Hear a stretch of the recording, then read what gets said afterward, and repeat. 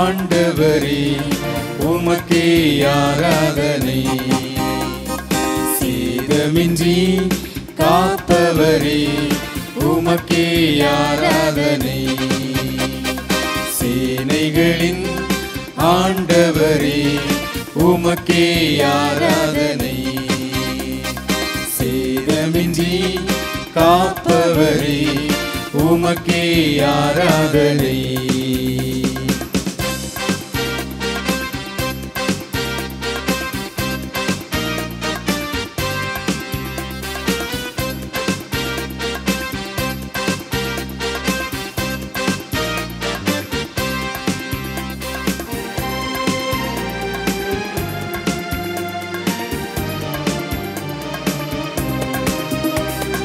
யுத்தங்களை எனக்காய் செய்தவரே, சத்துருவை வல்லமையாய் வென்றவரே.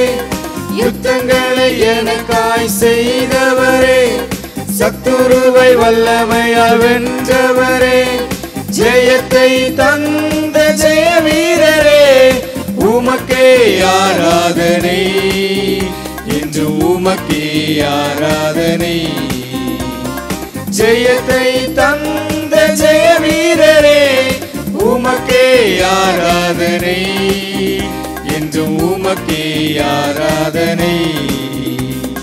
சேனைகளின் ஆண்டவரே உமக்கே ஆராதனை. சேதமின்றி காப்பவரே உமக்கே ஆராதனை.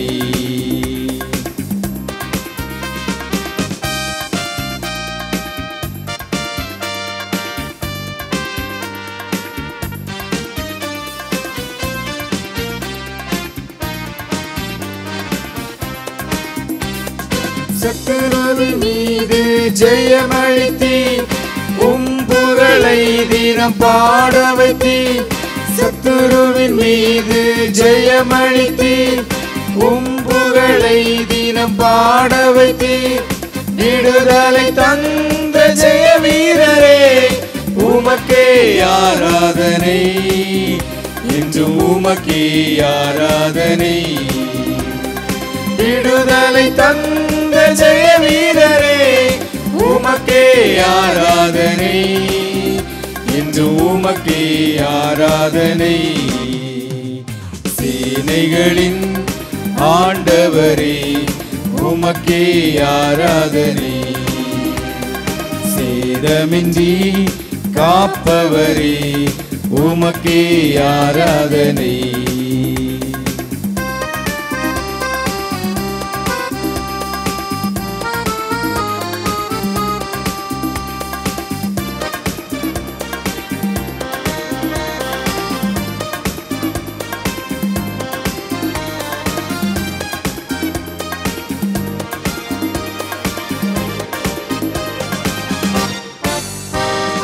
சேனைகள் பாய்ந்திட பலனளிப்பீர், மதிலை தாண்டிட வல்லமை தந்தீர். சேனைக்குள் பாய்ந்திட பலனளிப்பீர், மதிலை தாண்டிட வல்லமை தந்தீர். வெற்றியை தந்த ஜெய வீரரே உமக்கே ஆராதனை. என்று உமக்கே ஆராதனை. வெற்றியை தந்த ஜெய வீரரே உமக்கே ஆராதனை.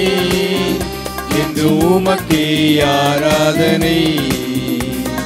சேனைகளின் ஆண்டவரே உமக்கே ஆராதனை. சேதமின்றி காப்பவரே உமக்கே ஆராதனை. சேனைகளின் ஆண்டவரே உமக்கே ஆராதனை. சேதமின்றி காப்பவரே உமக்கே ஆராதனை.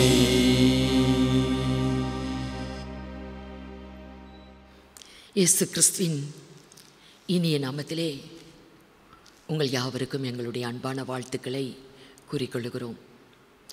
வாரந்தோறும் காணொளி காட்சி மூலமாகவும் ஹெவன் டிவி மூலமாகவும் உங்கள் யாவரையும் சந்திப்பதில் நாங்கள் மிகுந்த மகிழ்ச்சி அடைகிறோம். தேவனாகிய கர்த்தர் உங்கள் அனைவரையும் ஆசீர்வதிப்பாராக. கண்களை மூடி நாம் ஜெபிப்போம். சர்வ வல்லமையுள்ள எங்கள் தேவனாகிய கர்த்தாவே, நன்றியோடு கர்த்தருடைய நாமத்தை மகிமைப்படுத்துகிறோம். வருடத்தின் கடைசி மாதத்திலே நாங்கள் வந்திருக்கிறோம். இந்த வருடத்தின் 11 மாத காலம் கர்த்தர் எங்களை எத்தனை நேர்த்தியாய் வழிநடத்தி வந்திருக்கிறீர். இந்த கடைசி மாதத்தை இன்னும் அதிகமாய் எங்களுக்கு வழிநடத்தி தாரும். புதிய வருஷத்திலே புது கிருபைகளோடு, நன்மைகளோடு, ஆசீர்வாதங்களோடு பிரவேசிக்க கிருபை தாரும். உம்முடைய சத்திய வார்த்தையை கேட்கிற எல்லா சகோதர சகோதரிகளோடும் உம்முடைய பூரண கிருபை விளங்கட்டும். உமக்கே மகிமை உண்டாவதாக. ஸ்தோத்திரம் ஆண்டவரே, உமக்கே ஸ்தோத்திரம் தந்தையே, உமக்கே ஸ்தோத்திரம். துதி கன மகிமையெல்லாம் உமக்கே ஏறெடுக்கிறோம். இயேசு கிறிஸ்துவின் மூலமாய் வேண்டிக் கொள்கிறோம் பரிசுத்த பிதாவே, ஆமென். கர்த்தருடைய நாமத்துக்கு மகிமை உண்டாவதாக. வருடத்தின் கடைசி மாதத்தில் நம்ம வந்திருக்கோம். கடந்து போன மாதங்களை எல்லாம் எண்ணி பார்க்கும் பொழுது கர்த்தருடைய வழிநடத்துதல் எத்தனை அதிசயம். கர்த்தர் நம்மை அற்புதமாய் தப்புவித்து இந்த வருடத்தின் கடைசி மாதத்தில் நம்மை வழிநடத்தி கொண்டு வந்திருக்கிறார். 12ஆம் மாதம். 12ஆம் மாதம் என்று சொல்லும்போதே பைபிளில் மிகவும் முக்கியத்துவமாக சொல்லப்பட்டிருக்கிற ஒரு எண் என்று கூட நம்ம சொல்ல முடியும். வெளிப்படுத்தல் புஸ்தகத்தில் 12 என்பது அதிகமாக இடம்பெற்றிருக்கிறதை பார்க்கலாம். யோவானுக்கு கடைசி காலத்திலே நடைபெறக்கூடிய சம்பவங்களை ஆண்டவர் தரிசனமாக வெளிப்படுத்தினார். பூலோகத்தில் என்ன நடக்கும், பரலோகத்தில் என்ன நடக்குது என்று அநேக காரியங்களை யோவானுக்கு வெளிப்படுத்தி கொடுத்தார்.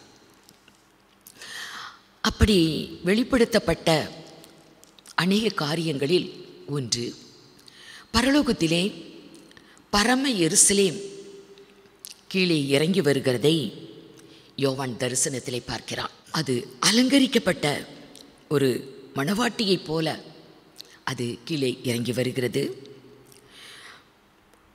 அதனுடைய பிரகாசம் விலை உயர்ந்த இரத்தினை கற்களை போல, வஜ்ரக்கல்லை போலவும் இருந்தது என்று சொல்லுகிறான். அந்த பரம எருசலேமுக்கு கிழக்கே 3 வாசல், மேற்கே 3 வாசல், தெற்கே 3 வாசல், வடக்கே 3 வாசல் ஆக 12 வாசல்கள். அந்த 12 வாசல்களுக்கும் 12 தூதர்கள் நின்று கொண்டிருக்கிறதாக சொல்லுகிறார். இந்த 12 வாசல்களிலும் 12 இஸ்ரவேல் கோத்திரத்தாருடைய பெயர்கள் அங்கே எழுதப்பட்டிருக்கிறது. வெளிப்படுத்தல் 21ஆம் அதிகாரம் 21வது வசனத்தை வாசிக்கும் பொழுது அந்த வாசல்கள் எப்படி இருந்ததாம்? 12 வாசல்களும் 12 வாசல்களும் 12 முத்துகளாய் இருந்தன. 12 முத்துக்களாய் இருந்தன. ஒவ்வொரு வாசலும் ஒவ்வொரு முத்துக்கள். போதும். 12 வாசல்கள், 12 தூதர்கள், 12 வாசல்களும் 12 முத்துக்கள். அப்படியே அந்த எருசலேமுக்கு மிகவும் பெரிதும் உயரமான மதில் இருந்ததாக சொல்லப்பட்டிருக்கிறது. அந்த மதிலுக்கு 12 அஸ்திபார கற்கள் இருந்ததாம்.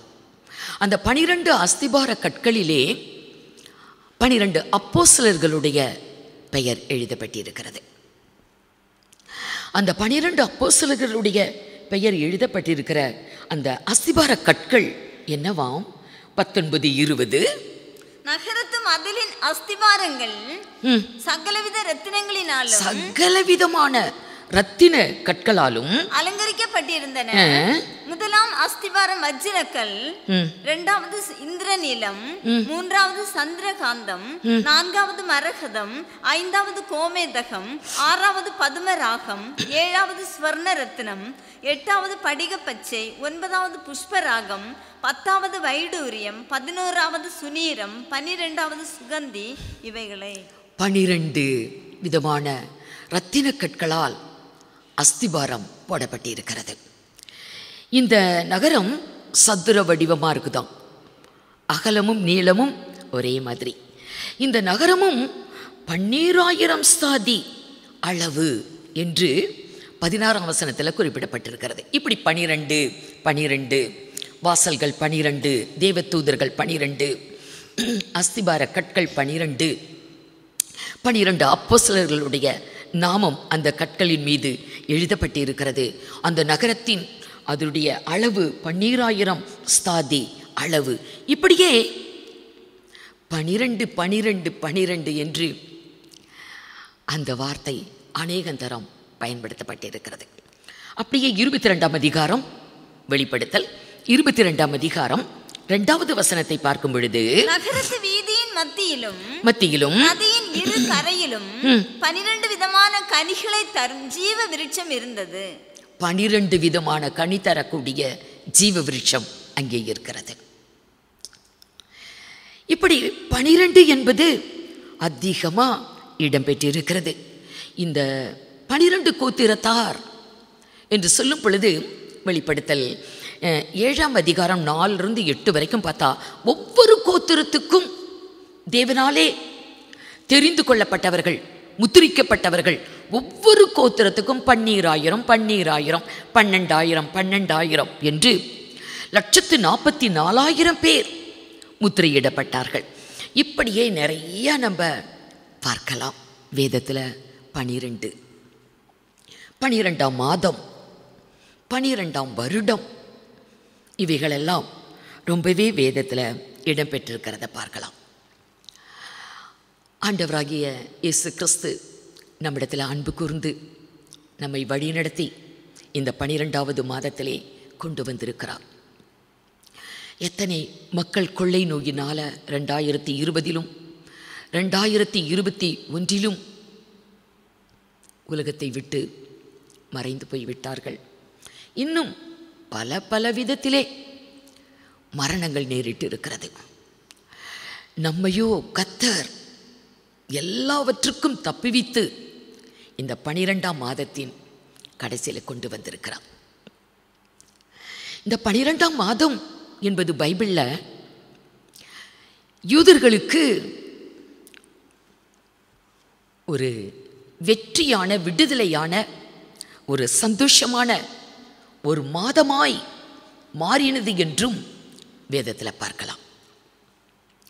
யூதர்கள் அனைவரையும் கொன்று அழிக்க வேண்டும் என்று யூதர்களுடைய சத்துரு ஆமான் ஒரு பெரிய திட்டம் தீட்டினான். ஆனால் யூதர்கள் அதை கேள்விப்பட்ட போது ஜனங்கள் எல்லாரும் மகா துக்கத்தோடு, உபவாசத்தோடு, ரட்டுடுத்தி சாம்பலில் இருந்து அல்லும் பகலும் உபவாசித்து அவர்கள் கர்த்தரை நோக்கி ஜெபித்திருக்காங்க. கர்த்தர் அவர்களுடைய காரியத்தை மாறுதலாய் முடிய பண்ணினார். 12ஆம் மாதம் ஒரு முக்கியமான ஒரு மாதம். அது காலம் நித்தியமா அந்த 12ஆம் மாதத்தை ஒரு பண்டிகையாக 14, 15 தேதிகளிலே கொண்டாட வேண்டும் என்றும் நியமிக்கப்பட்டது. ஆகவே கர்த்தர் அவர்களுக்கு மாத்திரமல்ல, எல்லாரோட வாழ்விலும், நம்முடைய வாழ்விலும் கூட 12ஆம் மாதம் கர்த்தர் பெரிய காரியங்களை செய்ய வல்லவர். அவர்களுடைய வாழ்க்கையிலே காரியம் மாறுதலாய் முடிந்தது. எஸ்தர் 9ஆம் அதிகாரம் 1 வசனம். ராஜாவின் வார்த்தையின்படியும் அவனுடைய கட்டளையின்படியும் செய்யப்படுகிறதற்கு ஆதார் மாதம் என்கிற 12ஆம் மாதம் 13ஆம் தேதியிலே யூதரின் பகைஞர் அவர்களை மேற்கொள்ளலாம் என்று நம்பினார்களே, அந்நாளிலே தானே யூதரானவர்கள் தங்கள் பகைஞரை மேற்கொள்ளும்படிக்கு காரியம் மாறுதலாய் முடிந்தது. யூதர்களுக்கு அனுகூலமாக காரியம் மாறுதலாய் முடிந்தது. என்ன காரியம்? இங்கே பார்க்கலாம். சீட்டு போடுறாங்க.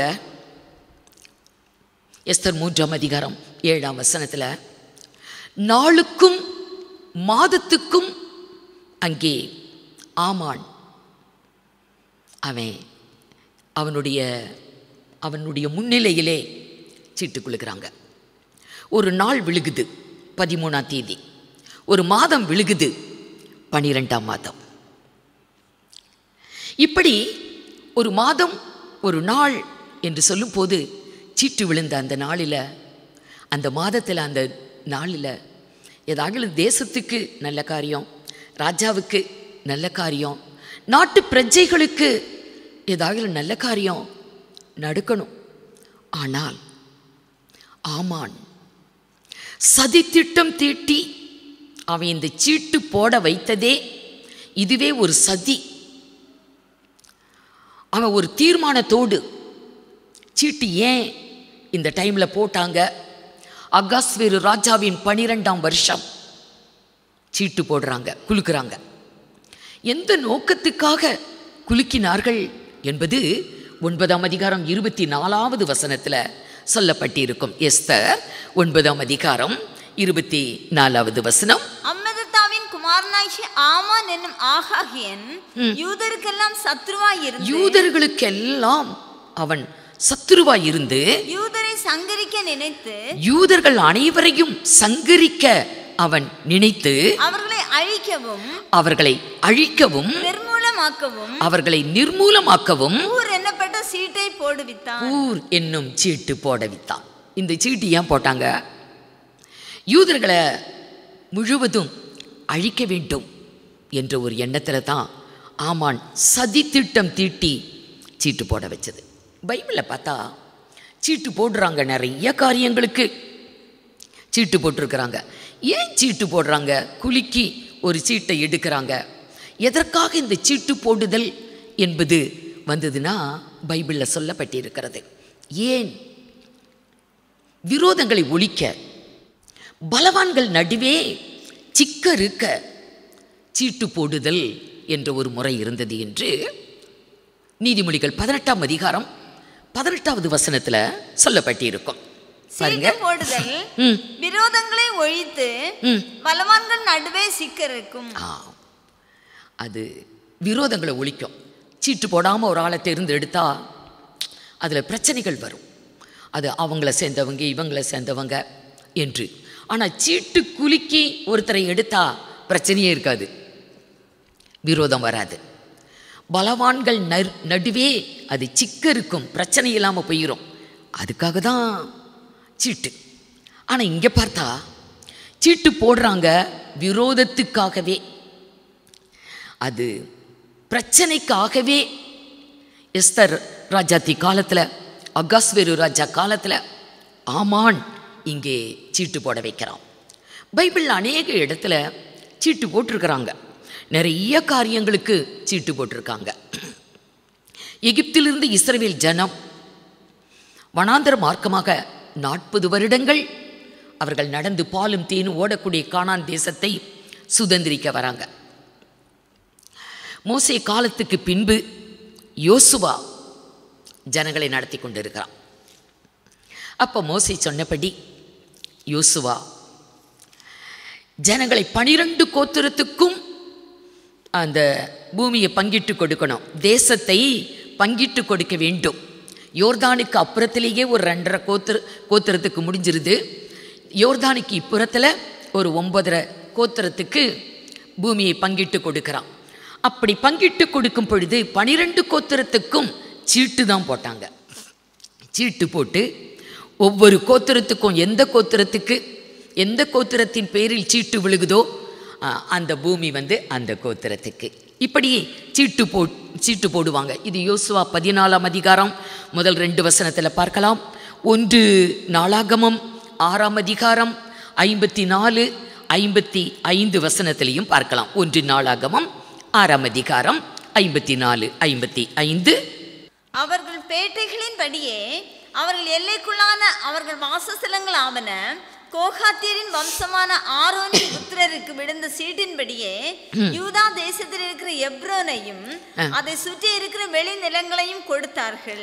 சீட்டு விழுந்ததின்படி 65, 65 சீட்டு போட்டு சிலருக்கு யூதா புத்திரரின் கோத்திரத்திலும் சிமியோன் புத்திரரின் கோத்திரத்திலும் பென்யமீன் புத்திரரின் கோத்திரத்திலும் பேர் பேராக சொல்லப்பட்ட அந்த பட்டணங்களை கொடுத்தார்கள். சீட்டு போட்டு தேசத்தை பங்கிட்டு கொடுக்கறாங்க. அது நல்ல காரியம். பிரச்சனையே இருக்காது, விரோதமே இருக்காது. ஆகவே விரோதங்களை ஒழிப்பதற்கு, பலவான்கள் நடுவே சிக்கறுப்பதற்கு சீட்டு போடுதல் அப்படின்னு இருந்திருக்குது. அதே போல எருசலேமுக்குள்ள குடியிருக்கிறதுக்கு யார் எருசலேமில் குடியிருக்கலாம்? எருசலேமிலே யார் குடியிருக்கலாம்? பெரிய பெரிய அதிகாரிகள் அவங்களாம் இருக்கிறாங்க. ஆனால் பொது ஜனங்கள், பொதுமக்கள், நாட்டு பிரஜைகள் அவங்க எருசலேமுக்குள்ள குடியிருக்கிறதுக்கு சீட்டு போடுறாங்க. சீட்டு போட்டு யார் பேரில் விழுகுதோ அவங்க எருசலேமில் குடியிருக்கலாம். அப்படி 10 பேருக்கு சீட்டு போடுறாங்க. 10 பேர், அதில் குலுக்கி 1 எடுத்தால் 10ல் ஒரு ஆளுக்கு விழும் சீட்டு. அப்படியே 10 பேருக்கு 10 பெயரை எழுதி அதில் ஒரு சீட்டு விழும். அவங்க எருசலேமில் குடியிருக்கலாம். நெகேமியா 11ஆம் அதிகாரம் முதல் வசனம் பாருங்க. 11ஆம் அதிகாரம் முதல் வசனத்துல அங்க சொல்லப்பட்டிருக்கும், அதிகாரிகள் எருசலேமிலே குடியிருந்தார்கள். ஜனத்தின் அதிகாரிகள் எருசலேமிலே குடியிருந்தார்கள். மற்ற ஜனங்கள் தங்களுக்குள்ளே 10 பேரில் ஒருவனை எருசலேம் என்னும் பரிசுத்த நகரத்திலும் 9 பேரை மற்ற பட்டணங்களிலும் குடியிருக்க பண்ண சீட்டுகளை போட்டார்கள். சீட்டு போடுறாங்க.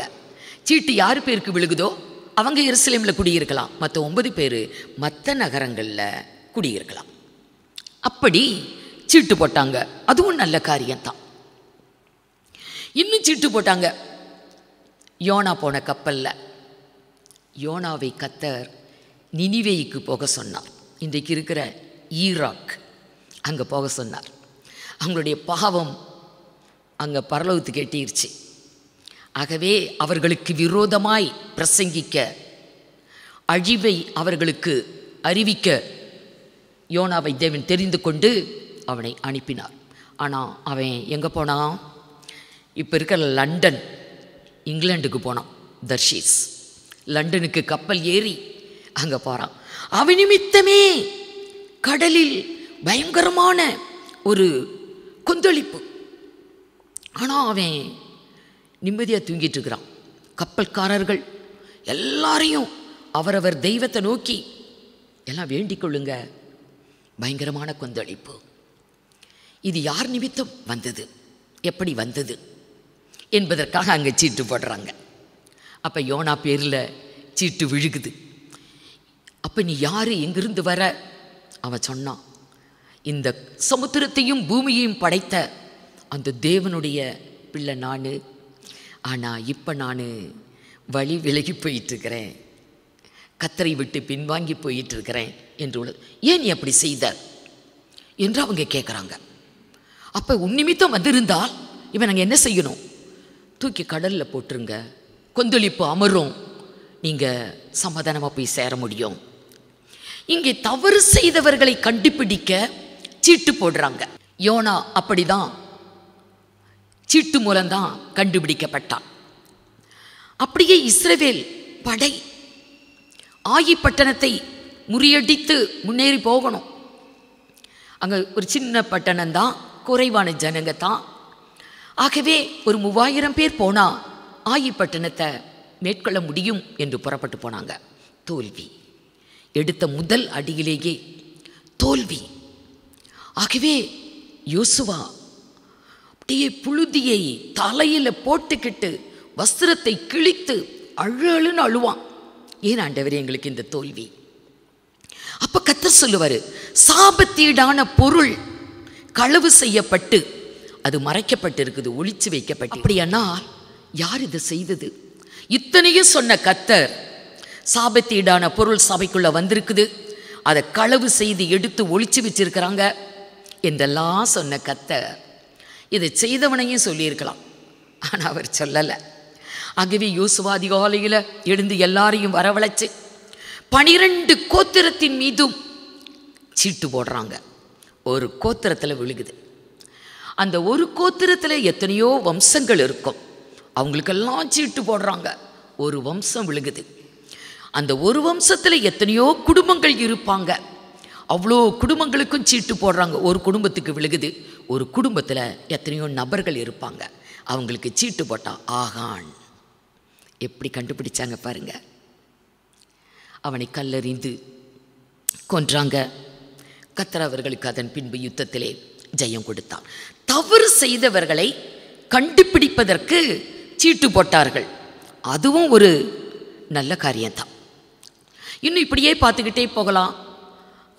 மோசே காலத்தில் கர்த்தருக்கென்று ஒரு ஆடும் போக்காடாக இப்படி 2 வெள்ளாடுகளை தெரிந்து கொண்டு அதை நிறுத்தி சீட்டு போடுவாங்க. போக்காடா எந்த ஆடை தெரிந்து கொள்வது, கர்த்தருக்கென்று எந்த ஆடு என்று சீட்டு போட்டு தான் ஆடுகளை செலக்ட் பண்ணி அவங்க செய்தாங்க. இப்படி பல காரியங்கள். அதுபோல் அப்போஸ்தலர்கள், புதிய ஏற்பாட்டில் 12 அப்போஸ்தலர்களை ஒரு அப்போஸ்தலன் யூதாஸ்காரியோத், அவன் தூக்கு போட்டு செத்துட்டான். சரி, 11 பேர் இருந்துட்டு போகட்டும் இல்லையே, 12, அது ரொம்ப முக்கியம். 12. ஆகவே 2 பேருக்கு சீட்டு போட்டு எடுக்கிறாங்க. சீட்டு மத்தியாவின் பேருக்கு விழுகுது. அவன் 12வது அப்போஸ்தலனா அவன் சேர்த்து கொள்ளப்பட்டான். இன்னும் ஆண்டவராகிய இயேசு கிறிஸ்துவின் வஸ்திரத்தின் பேரில் சீட்டு போட்டார்கள் என்று வேதத்தில். இப்படி பல காரியங்களுக்காக சீட்டு போட்டாங்க.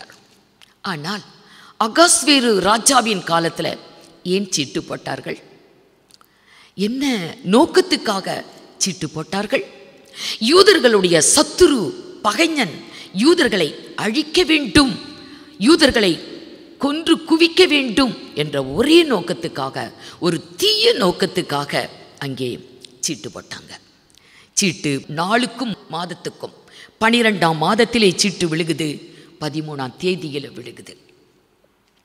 உடனே ஆமான் தன்னுடைய சதி திட்டத்தை ராஜாவிடத்தில் சொல்லி நிறைவேற்றுவதற்காக உத்தரவு கேட்கிறான். ஏன் அவன் மனதில் இவ்வளோ பெரிய பகை? ஒரே ஒரு காரணம்தான். மொர்தேகாய் என்று சொல்லப்பட்ட ஒரு யூதன் இவனை நமஸ்கரிக்கல, வணங்கல. இந்த ஒரு காரணத்தினால இவன் ஒருத்தனை அழிச்சா என்ன இருக்குது? இவனுடைய கூட்டத்தையே, இனத்தையே, அந்த ஜாதியையே அழிச்சாதான் நல்லது என்று தன்னுடைய அதிகாரத்தை பயன்படுத்தி அழிக்க வேண்டும் என்று அவன் தீர்மானித்து ராஜாவுக்கு 3,40,000 கிலோகிராம் வெள்ளியை நான் எண்ணி கொடுப்பேன்னு சொன்னான். ராஜா சொன்னார், அதை நீயே வச்சுக்க என்று தன் முத்திரை மோதிரத்தை கழட்டி கொடுத்து, உன்னுடைய மன விருப்பத்தின்படி அந்த ஜாதிகளை நீ அழிக்கலாம் என்று உத்தரவு கொடுத்தார். ஆகவே ஒரே நாளில் 3ஆம் அதிகாரம், எஸ்தர் 3ஆம் அதிகாரம் 13வது வசனம், ஆதார் மாதமான 12ஆம் மாதம் 13ஆம் தேதியாகிய ஒரே நாளிலே சிறியோர் பெரியோர் குழந்தைகள் ஸ்திரீகள் ஆகிய சகல யூதரையும் அழித்து கொண்டு நிர்மூலமாக்கவும் அவர்களை கொள்ளையிடவும் அஞ்சற்கார கையிலே ராஜாவின் நாடுகளுக்கெல்லாம் கட்டளைகள் அனுப்பப்பட்டது. அந்த ஒரே நாளில், எந்த நாளில் சீட்டு விழுந்ததோ அந்த 13ஆம் தேதி ஒரே நாளில் யூதர்கள் பெரியோர் சிறியோர் குழந்தைகள் வயதானவங்க வாலிபர்கள் கன்னியர்கள் ஸ்திரீகள் புருஷர்கள் அனைவரையும் அழித்து கொள்ள வேண்டும் என்று எழுதி ராஜாவுடைய முத்திரை மோதிரத்தில் முத்திரை போட்டு எல்லா தேசத்துக்கும் அந்தந்த பாஷையில் யூதர்கள் வாழ்ந்த எல்லா இடத்துக்கும் அனுப்பப்பட்டது. இந்த செய்தி போய் கிடைத்த உடனேயே யூதர்கள் வாழ்ந்து கொண்டிருந்த எல்லா நாட்டிலையும் மகா துக்கம், உபவாசம், கண்ணீர், ரட்டுடுத்தி சாம்பலில் இருக்கிறாங்க. எஸ்தருக்கு செய்தி கிடைக்குது. அவ சொன்னா, எல்லாரும் அல்லும் பகலும் 3 நாட்கள் உபவாசிங்க, நானும் உபவாசிக்கிறேன். சட்டத்தை மீறி ராஜாவிடத்தில் பிரவேசித்து என் ஜனத்துக்காக நான் பேசுகிறேன் என்று சொல்லுகிறான். அந்த உபவாசம் அவர்களுக்கு மாற்றத்தை உண்டு பண்ணினது. 12ஆம் மாதம் காரியம் மாறுதலாய் முடிந்தது. ஏனென்றால் உபவாசத்துக்கு பெரிய ஆசீர்வாதங்கள் உண்டு. எசாயா தன்னுடைய புஸ்தகத்தில் எழுதிட்டு போவார். 58 எசாயா 58ஆம் அதிகாரம் 8வது வசனத்தில் ஒரு சுக வாழ்வு துளிர்க்கும் என்று எழுதப்பட்டிருக்கும் உபவாசத்துக்கு. அப்பொழுது விடியற்கால வெளுப்பை போல, விடியற்கால வெளுப்பை போல உன் வெளிச்சம் எழும்பி சுக வாழ்வு சீக்கிரத்தில் துளிர்க்கும். போதும். விடியற்கால வெளுப்பை போல வெளிச்சம் எழும்பி உன் சுக வாழ்வு சீக்கிரத்தில் துளிர்க்கும். உபவாசத்துக்கு அந்த 58ஆம் அதிகாரம் முழுவதுமே அந்த உபவாசத்தை பற்றி தான் போட்டிருக்கோம். இஸ்ரவேல் ஜனங்களுக்கு தேவன் சொன்னார், நீங்கள் உபவாசிக்கும் போது நான் ஏற்றுக்கொள்ளத்தக்கபடி நீங்கள் உபவாசிங்க, அந்த உபவாசத்துக்கு இவ்வளோ ஆசீர்வாதங்கள் உண்டு என்று அந்த இடத்துல சொல்லுவார். அப்படிதான் எஸ்தர் புஸ்தகத்தில். ஆனால் எஸ்தர் புஸ்தகத்தில் கர்த்தர் என்றோ தேவன் என்றோ ஆண்டவர் என்றோ ஒரு நாமம் இல்லை. ஆனால் உபவாசிக்கிறாங்க. உபவாசம் என்றால் கர்த்தரிடத்துல தான் அவங்க உபவாசம் இருக்கணும். கர்த்தர் அவர்களுக்கு ஒரு சுகவாழ்வை கொடுத்தார்.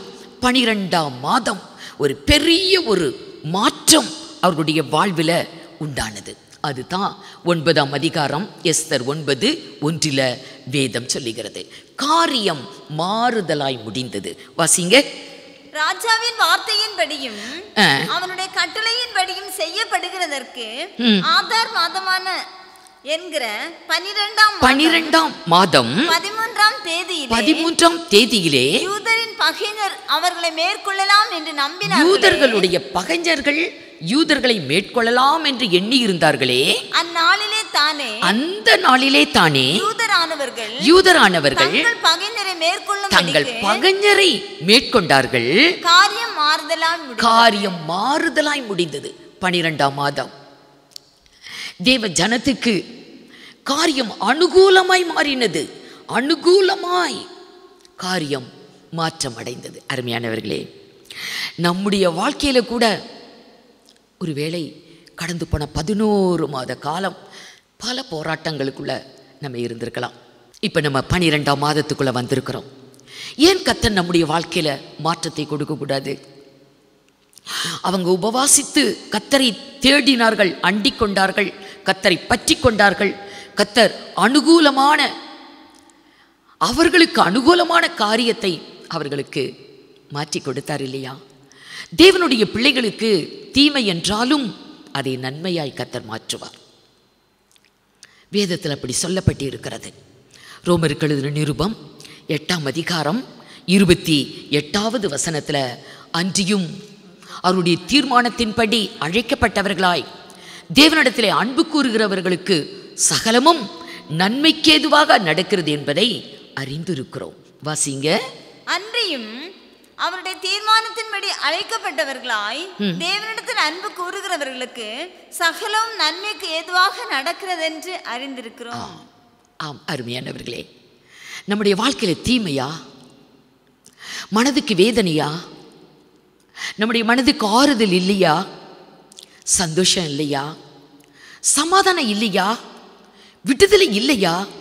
அந்த யூதர்களுக்கு தேவன் செய்தாரே, காரியத்தை அப்படியே மாற்றி போட்டார். மரணம் ஜீவனாய் மாறியது. எத்தனை அதிசயம்! ஒரே நாளில யூதர்கள் அனைவரையும் கொலை செய்ய வேண்டும் என்று ஆமான் தீட்டியிருந்த திட்டம் ஒன்றுமில்லாமல் போனது. அவர்களுடைய உபவாசம் மரணத்தை அப்படியே மாற்றினது, ஜீவனாய் மாறியது. ஆம், நம்முடைய வாழ்க்கையில கூட கர்த்தர் அப்படி மாற்ற வல்லவர். 12ஆம் மாதம் ஒரு முக்கியமான மாதம். 12 வேதத்தில் ரொம்பவே முக்கியத்துவம் வாய்ந்தது. அப்படிப்பட்ட ஒரு 12ஆம் மாதத்தில் நாம் வந்திருக்கிறோம். ஆகவே நம்முடைய வாழ்விலும் கூட கர்த்தர் மாற்றத்தை கொடுக்க அவர் வல்லவராய் இருக்கிறார். மரணம் ஜீவனாய் மாறியது. ஆண்டவராய் இயேசு சொன்னார், உன் துக்கம் சந்தோஷமாய் மாறும் என்று சொன்னார். துக்கத்தை சந்தோஷமாய் மாற்றுகிறவர். காரியம் மாறுதலாய் முடிந்தது. யோவான் சுவிசேஷம் 16ஆம் அதிகாரம் 20வது வசனம் 20. மெய்யாகவே மெய்யாகவே நான் உங்களுக்கு சொல்லுகிறேன், மெய்யாகவே மெய்யாகவே நான் உங்களுக்கு சொல்லுகிறேன், நீங்கள் அழுது புலம்புவீர்கள், நீங்கள் அழுது புலம்புவீர்கள், உலகமோ சந்தோஷப்படும், உலகம் சந்தோஷப்படும், நீங்கள் துக்கப்படுவீர்கள், நீங்கள் துக்கப்படுவீர்கள், ஆனாலும் உங்கள் துக்கம் சந்தோஷமாக உங்கள் மாறும். துக்கம் சந்தோஷமாய் மாறும். இது இயேசு கிறிஸ்து சொன்ன வார்த்தை. ஒரு தீர்க்கதரிசி, ஒரு அப்போஸ்தலன் சொன்னதல்ல, ஆண்டவராகிய இயேசுவே தன் வாயை திறந்து சொன்ன ஒரு வார்த்தை, உங்கள் துக்கம் சந்தோஷமாய் மாறும். ஆம், 12ஆம் மாதம் யூதர்களுக்கு காரியம் மாறுதலாய் முடிந்தது. அப்படியே கர்த்தர் நமக்கு செய்யக்கூடாதா? ஏன் செய்யக்கூடாதா? விசுவாசிக்கிறவனுக்கு எல்லாம் கூடும். ஆகவே என்னோட வாழ்விலே கர்த்தர் எனக்கு அனுகூலமாய் என்னுடைய காரியத்தை மாற்றி கொடுத்தார், மாற்றுகிறார் என்று நம்ம விசுவாசிப்போமானால் நம்முடைய துக்கம் சந்தோஷமாய் மாறும். அப்படியே சங்கீதக்காரன் தன்னுடைய சங்கீதத்திலே எழுதும் போது, புலம்பலை ஆனந்த களிப்பாக மாற்றுகிறவர், காரியங்களை மாறுதலாய் முடிய பண்ணுகிறவர், எல்லாத்தையும் மாற்றுவார். தீமையெல்லாம் நன்மையாக மாறும், மரணம் ஜீவனாய் மாறும், துக்கம் சந்தோஷமாய் மாறும், புலம்பல் ஆனந்த களிப்பாக மாறும். சங்கீதம் 30ஆம் அதிகாரம் 30:11. என் புலம்பலை ஆனந்த என் களிப்பாக புலம்பலை ஆனந்த களிப்பாக மாற பண்ணினீர். மாற பண்ணினீர். ஆம், அந்த பக்தனுக்கு ஆண்டவர் எவ்வளவு மாற்றத்தை கொடுத்திருக்கிறார். புலம்பிக் கொண்டிருந்தான், தவித்து கொண்டிருந்தான், தத்தளித்து கொண்டிருந்தான், தானாவே பேசிக்கிட்டு இருந்தான். புலம்பல் ஆனந்த களிப்பாய் மாறினது. எத்தனை சந்தோஷம்! யூதர்களுக்கு 12ஆம் மாதம் என்றால் இன்று வரை அது ஒரு பண்டிகை. பூர் என்னும் சீட்டினால் அவர்களுக்கு வந்த சோதனை. ஆகவே அதை பூரீம் என்று ஒரு பண்டிகையாக வைத்து தலைமுறை தலைமுறை தோறும் அந்த 12ஆம் மாதம் 14, 15 தேதிகளிலே எல்லாரும் அதை சந்தோஷமாக கொண்டாடணும்.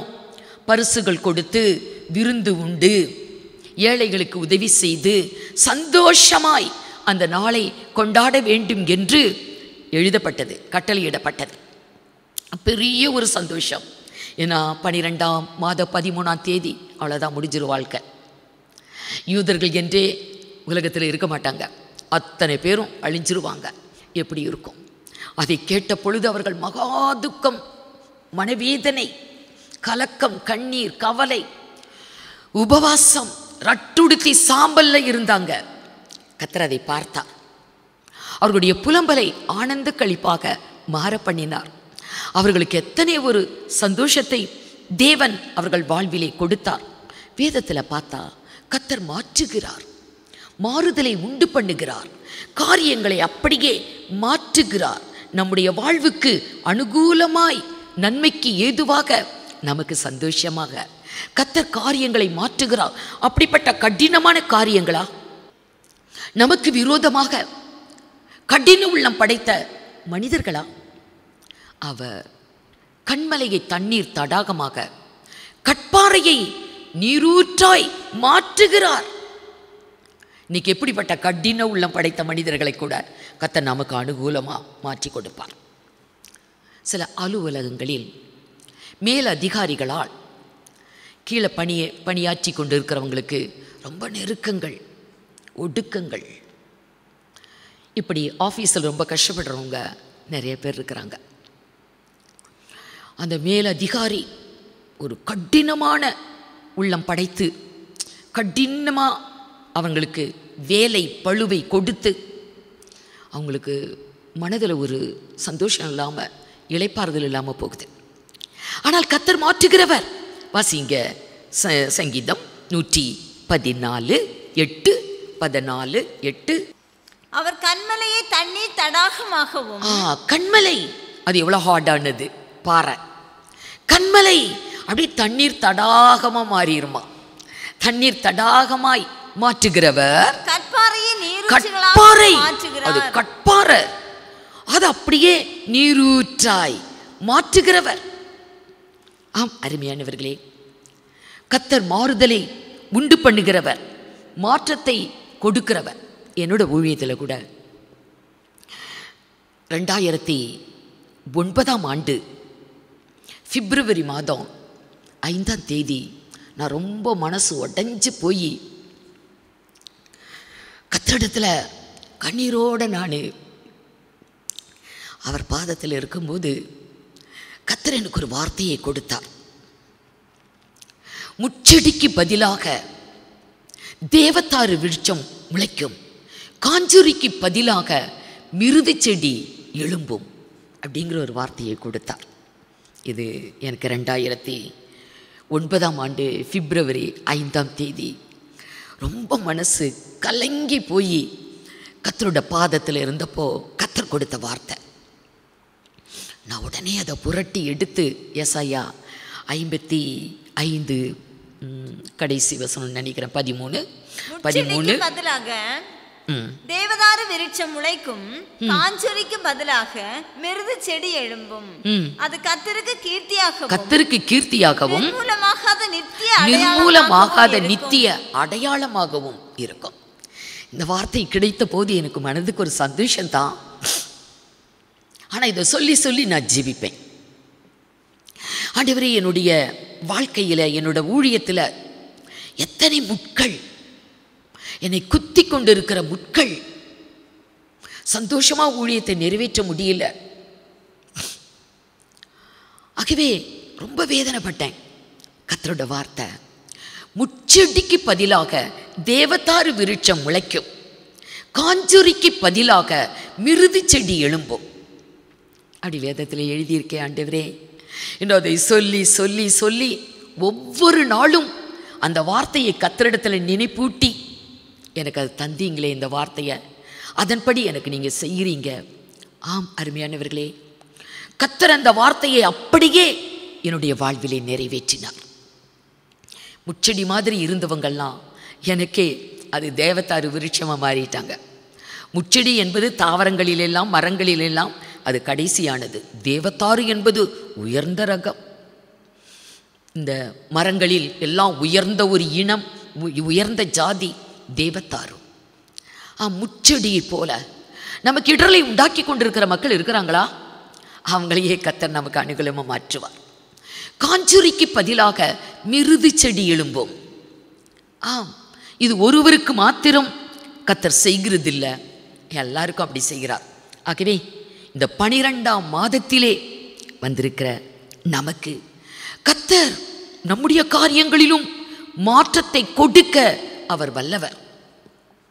பைபிள் ஒரு பெண் இருந்தா, 11 ஆண்டு காலம் அவள் மரண போராட்டம், 12வது வருடத்துக்குள்ள வந்திருக்கிறாள்.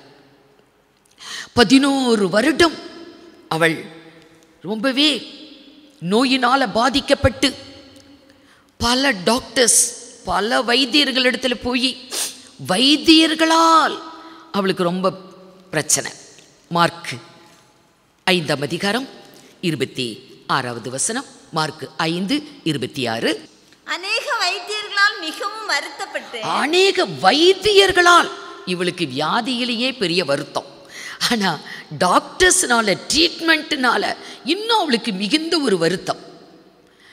அநேக வைத்தியர்களால் மிகவும் வருத்தப்பட்டு தனக்கு உண்டானவைகளை எல்லாம் செலவழித்தும் சற்றாகிலும் குணமடையாமல் அதிக வருத்தப்படுகிற பொழுது இயேசுவை குறித்து கேள்விப்பட்டு, நான் அவருடைய வஸ்திரங்களை ஆகிலும் தொட்டால் சுத்தமாவேன் என்று சொல்லி ஜன கூட்டத்துக்குள்ளே அவருக்கு பின்னாக வந்து போதும் அவருடைய வஸ்திரத்தின் ஓரத்தை தொட்டாள்.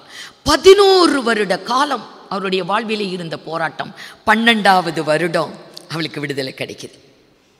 அப்படியே ஜெப ஆலய தலைவனுடைய மகள் 12 வயது மரித்தே போய்விட்டா, மரண கட்டு. அந்த 12வது வயதில் அந்த பிள்ளையை கர்த்தர் தலிதாகுமி, சிறு பெண்ணே எழுந்திரு என்று கையை பிடித்து தூக்கிவிட்டார். அவள் உயிர் பெற்றாள். ஆம், நம்முடைய ஆண்டவர் இல்லாதவைகளை இருக்கிறவைகளைப் போல அழைக்கிறவர், மரித்தோரை உயிர்ப்பிக்கிறவர். ஆகவே அந்த பிள்ளைக்குள் உயிர் இருக்குது என்று மரித்து போன பெண்ணை பார்த்து சொல்லி அவளை எழுப்புறார். நம்முடைய கர்த்தர் பெரியவர். இந்த உலகத்தில் இருப்பவனிலும் உங்களில் இருப்பவர் பெரியவர். அருமையானவர்களே, நாம் சோர்ந்து போக வேண்டாம். திடமனதோடு இருப்போம். நம்முடைய வாழ்விலே பிரச்சனைகளா, சோதனைகளா, போராட்டங்களா, துன்பங்களா, கஷ்டங்களா, இந்த வருடத்தின் கடைசி 12ஆம் மாதத்திலே நாம் வந்திருக்கிறோம். யூதர்களுக்கு 12ஆம் மாதம் எத்தனை ஒரு ஆசீர்வாதமான மாதம். 11 மாதம் அவர்கள் பட்ட பாடு, வேதனை, கலக்கம், சத்ருவின் சதி திட்டத்தால் 12வது மாதம் விடுதலை. அப்படியே இந்த 12ஆம் மாதத்துக்குள்ளே வந்திருக்கிறோம். கர்த்தர் நம்முடைய வாழ்விலும் கூட வியாதியா, பலவீனமா, என்ன கஷ்டங்கள், பிரச்சனைகள், போராட்டங்கள் இருந்தாலும் நம்முடைய வாழ்வில் கூட கர்த்தர் விடுதலை கொடுக்க வல்லவர். விசுவாசிப்போம். விசுவாசிக்கிறவனுக்கு எல்லாம் கூடும். ஆகவே நாம் கிறிஸ்தவர்கள் நம்ம அவிசுவாசிகளாக இருக்கக்கூடாது. நீ அவிசுவாசியாக இராமல் விசுவாசியாக இரு என்று தோமாவுக்கு ஆண்டவர் சொன்னார். விசுவாசிப்போம். தேவனாகிய கர்த்தர் இந்த 12ஆம் மாதத்தை நமக்கு ஆசீர்வதித்து கொடுத்து விடுதலையோடு, வெற்றியோடு ஒரு புதிய வருடத்துக்குள் நாம் செல்ல தேவன் நம்மை ஆசீர்வதிப்பார், வழி நடத்துவார். தேவனாகிய கர்த்தர் உங்கள் அனைவரையும் ஆசீர்வதிப்பாராக. கர்த்தருக்கே மகிமை உண்டாகட்டும். எங்களை அதிகமாய் நேசிக்கிற நல்ல ஆண்டவரே, நீர் கொடுத்த இந்த நாளுக்காக உமக்கு நன்றி செலுத்துகிறோம்.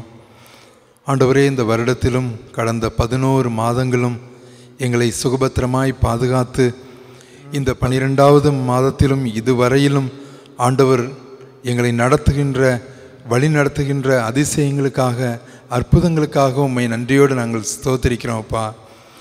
கர்த்தர் எங்கள் காரியங்கள் ஒவ்வொன்றையும் மாறுதலாய் முடிய பண்ணுகிற 12வது மாதத்தை குறித்து நாங்கள் பார்த்தோம்ப்பா. வேதத்தில் அநேக ஆண்டவரே சம்பவங்கள் மூலமாக இந்த மாதத்தினுடைய முக்கியத்துவத்தை நாங்கள் உணர்ந்து கொண்டோம். ஆராய்ந்து முடியாத பெரிய காரியங்களை, எண்ணி முடியாத அதிசயங்களை ஆண்டவரே இந்த மாதத்திலும் கூட எங்கள் ஒவ்வொருவருடைய வாழ்விலே நீர் செய்ய போகிற தயவுக்காக உம்மை நன்றியோடு நாங்கள் ஸ்தோத்திரிக்கிறோம். எங்களுடைய புலம்பலை ஆண்டவரே ஆனந்த களிப்பாய் மாற்றுகின்ற தேவன் நீர். இந்த மாதத்திலும் கூட ஆண்டவரே இந்த 11 மாதங்களும் கண்ணீரின் பாதையிலும் கவலைகளின் ஊடாய் நாங்கள் கடந்து வந்து விட்டோம்.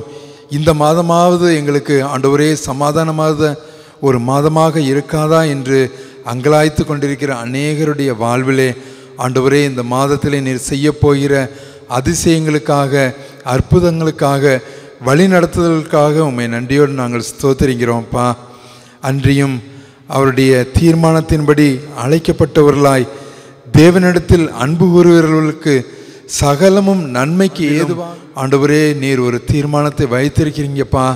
ஆண்டவரே ஒவ்வொருவரும் ஆண்டவரே நடக்க வேண்டிய பாதைகளை நீங்கள் எங்களுக்கு குறித்து தந்திருக்கிறீங்க.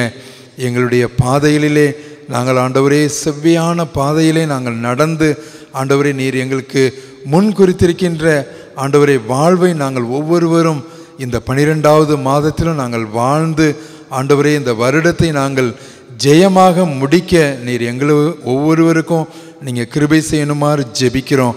ஆண்டவரே மாற்றங்களை எதிர்பார்த்து இருக்கும் பொழுது ஆண்டவரே இந்த 12வது மாதத்திலே ஆண்டவரே எங்களுடைய வாழ்வு ஒரு மாற்றப்பட்ட ஒரு வாழ்வாக இருக்கட்டும்ப்பா. கடந்த 11 மாதங்களும் எங்களுடைய வாழ்வு எப்படி இருந்தாலும் கர்த்தாவே இந்த மாதத்திலே ஆண்டவரே ஒரு ஜெயமான வாழ்வை நாங்கள் வாழ்ந்து முடிக்க எங்கள் ஒவ்வொருவருக்கும் நீங்கள் கிருபை செய்யணுமாறு ஜெபிக்கிறோம். ஆண்டவரே எங்களுடைய புலம்பலை ஆண்டவரே நீர் ஆழ்ந்த களிப்பாக மாற்றப்போகிற தயவுக்காக உம்மை நன்றியோடு நாங்கள் ஸ்தோத்திரிக்கிறோம். ஆண்டவரே இந்த நாட்களின் மீதியுள்ள ஒவ்வொரு நாளும் எங்களோடு கூட இருந்து நீங்கள் வழிநடத்துங்க, எங்களை பத்திரமாய் பாதுகாத்து கொள்ளுங்க. மீட்பர் இயேசு மூலம் ஜெபிக்கிறோம் நல்ல பிதாவே, ஆமேன்.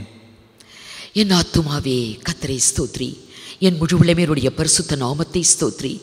என் ஆத்துமாவே கர்த்தரை ஸ்தோத்ரி. அவர் செய்த சகல உபகாரங்களையும் மறவாதே.